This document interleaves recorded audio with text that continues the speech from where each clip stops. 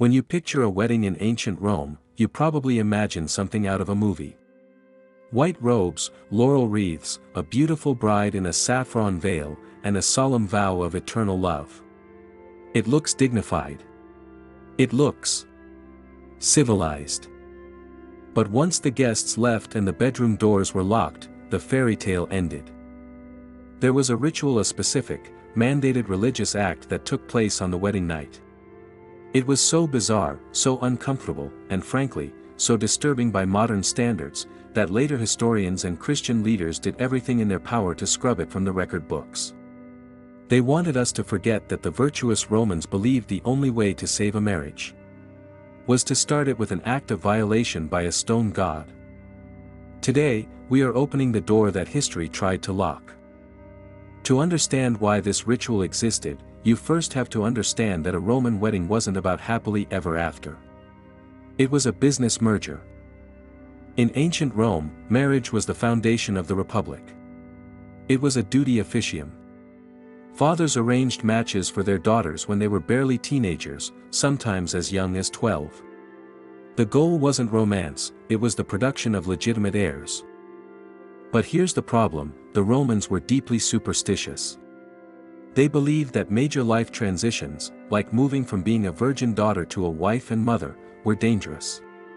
You were stepping across a spiritual threshold. And in the Roman mind, the moment you are most vulnerable is the moment the demons, the curses, and the evil eye are watching you. So, how do you protect a terrified young bride on her wedding night? You don't comfort her. You terrify the demons away with something even more shocking. The horror didn't start in the bedroom, it started in the streets.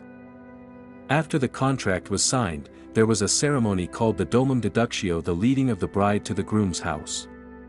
You might expect respectful silence or joyous cheering. Instead, the wedding party would scream obscenities. They sang what were called fescennine verses. These were crude, sexually explicit, and often abusive songs directed at the couple. We're talking about insults that would get you demonetized on YouTube instantly. Why? Because the Romans believed that happiness attracted jealousy from the gods. To keep the young couple safe, you had to mock them. You had to surround them with filth to hide their purity from the evil eye. But this verbal abuse was just the warm-up for the physical ritual waiting inside the house. Once the couple arrived at the groom's home, they entered the thalamus, or the nuptial chamber.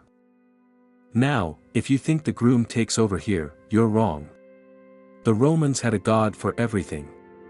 They had a god for the door hinge, a god for the threshold, and yes, they had specific gods for the act of intimacy. These were known as the indigitamenta, a list of minor deities who governed every single micro-movement of human life. There was Subigus, the god who subdued the bride. Prema, the goddess who held her down. These weren't metaphors, the Romans believed these spirits were physically present in the room, watching and guiding the act. But there was one god who was more than just a watcher. He required participation. And his name was Mutunis Tutunis. This is the part Rome tried to hide. Mutunis Tutunis was an ancient fertility deity, a rougher, older version of the Greek god Priapus. He wasn't depicted as a man, or a warrior, or a king. He was depicted, quite literally, as a giant, erect phallus made of stone.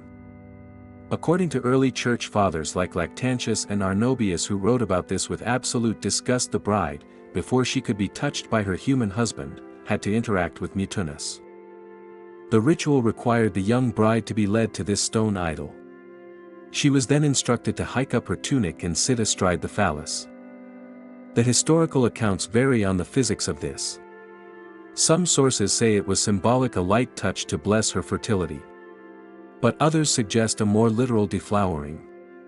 The idea was that the god had to claim the bride's virginity first.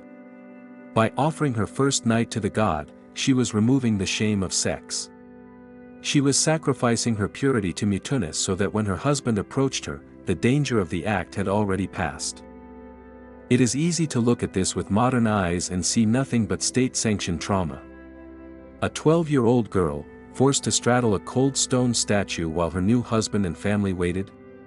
It sounds like a horror movie. But historians argue about the intent. To the Romans, the phallus wasn't just sexual, it was a fascinum, a charm against evil. You see phalluses carved into walls, paved into streets, and worn as necklaces all over Rome. Like in Pompeii, they were considered the ultimate weapon against bad luck. By interacting with Mutunis Tutunis, the bride wasn't just being humiliated, in their eyes, she was being immunized. It was a ritual inoculation against infertility. If the god accepts you, the marriage will be fruitful. If you skip the ritual, you risk a barren womb, and in Rome, a barren wife was easily discarded. So, why don't we learn about Mutunis Tutunis in high school history class? Why is this ritual so obscure? Because of the culture war that happened a few centuries later.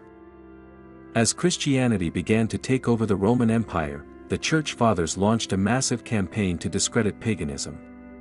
They didn't just want to say the old gods were fake, they wanted to prove they were evil and perverted. Writers like Saint Augustine seized on the ritual of Mutunis Tutunis. They held it up as the ultimate proof of Roman depravity. They wrote scathing attacks, asking, "Is this your glorious Rome? A bride forced to grind against a stone idol?" The shame was so effective that the ritual began to vanish. The shrines were destroyed.